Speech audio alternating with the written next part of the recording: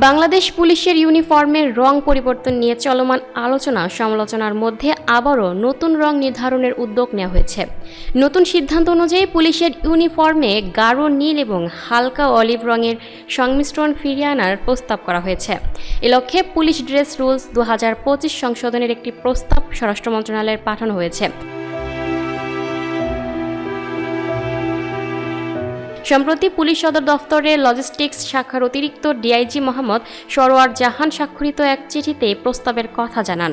চিঠিতে বলা হয়, আগে জারি করা এসআরও অনুযায়ী পুলিশের শার্ট গাঢ় ধূসর এবং প্যান্ট গাঢ় নীল থেকে পরিবর্তন করে শার্ট লোহার রং এবং প্যান্ট কফি রং নির্ধারণ করা হয়েছিল।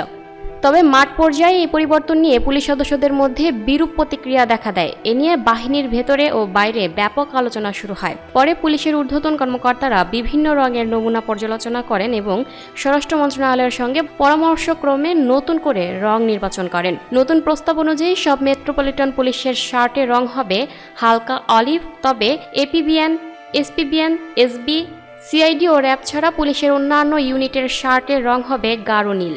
উভয় ক্ষেত্রে প্যান্টের রং নির্ধারণ করা হয়েছে TC twill Khakee.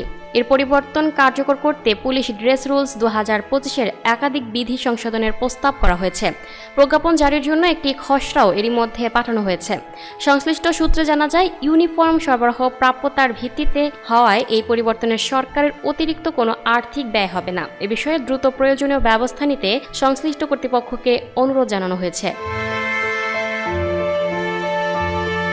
Lucky Akter, up to date news, Dhaka.